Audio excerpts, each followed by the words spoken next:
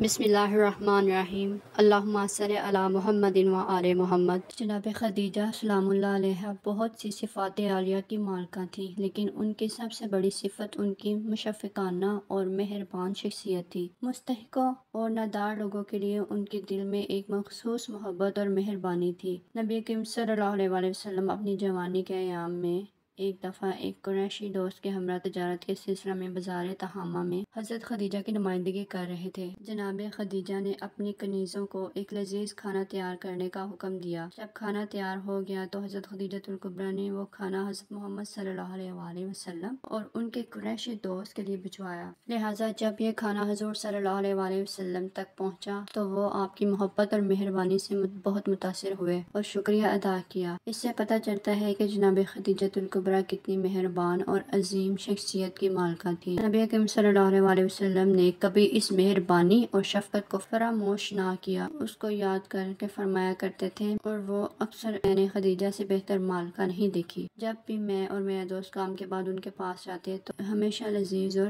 گرم غذا پاتے جو ہمارے لیے تیار کی گئی ہوتی تھی۔ حضرت خدیجہ الکبریٰ کی یہ خصوصیت تھی کہ وہ مسیحی علماء سے رابطہ رکھتی تھی۔ ان کے چچا کے بیٹے حضرت ورقہ بن نوفل نے، جو ایک بہت بڑے مسیحی عالم اور دانش مند تھے اور آسمانی کتابوں اور ان میں درج نبی آخر الزمان کے ظہور کی بشارتوں سے آگاہ تھے۔ اس کے علاوہ ورقہ بن نوفل جو جناب خدیجہ کے چچا زاد بھائی تھے، ایک عرب اسکالر اور بہت عقل مند شخص تھے۔ وہ آسمانی کتابوں کا بڑا گہرا مطالعہ رکھتے تھے اور جانتے تھے کہ نبی آخر الزمان ایک قریشی عورت سے شادی کریں گے جو اپنے قبیلہ کی عورتوں کی سردار ہوگی اور رئیس ہوگی۔ وہ پیغمبر صلی اللہ علیہ وسلم کی تعلیمات کی تبلیغ کے لیے اپنی دولت کو خرچ کر دے گی اور اپنی جان عزیز کو بھی اس راہ میں فدا کر دے گی، اور ہر معاملہ میں وہ ان کی مشیر ہوگی۔ ورقہ بن نوفل نے خود اپنے طور پر یہ نتیجہ نکال لیا کہ وہ قریشی خاتون جس کا ذکر آسمانی کتابوں میں ہوا ہے وہ حضرت خدیجہ الکبریٰ ہی ہیں، کیونکہ وہ ساری خصوصیات کسی اور قریشی خاتون میں نہیں پائی جاتی۔ اس لیے جب بھی ورقہ بن نوفل جناب خدیجہ سے ملاقات کرتے تو یہی کہتے کہ اے خدیجہ، تم ایسے شخص سے شادی کرو گی جو زمین و آسمان میں بلند ترین اور شریف ترین انسان ہوگا۔ انہی دنوں میں حضرت خدیجہ نے ایک عجیب و غریب خواب دیکھا، اور جب ان کا چچا زاد بھائی ورقہ بن نوفل ان کے پاس آیا تو جناب خدیجہ الکبریٰ نے اپنا خواب اس طرح بیان فرمایا کہ چاند آسمان سے نیچے اترا اور میرے قریب آ کر رک گیا، اور اس کے بعد اس کے کچھ حصے ہو گئے۔ ورقہ بن نوفل نے کہا کہ اس خواب کی تعبیر یہ ہے کہ پیغمبر اسلام تم سے شادی کریں گے اور تمہیں ان کی ہمسری کا شرف حاصل ہوگا اور ان سے تمہاری اولاد بھی ہوگی۔ جناب خدیجہ نے پھر کہا کہ میں نے خواب میں دیکھا ہے کہ سورج کعبہ کے اوپر چکر لگا رہا ہے اور آہستہ آہستہ نیچے آتا گیا اور بالآخر میرے گھر میں اتر گیا۔ ورقہ بن نوفل نے کہا کہ اس خواب کی تعبیر یہ ہے کہ تم جلد ہی ایک شخص سے شادی کرو گی جس کی شہرت عالمگیر ہوگی اور وہ انتہائی اعلیٰ اور بزرگ انسان ہوگا۔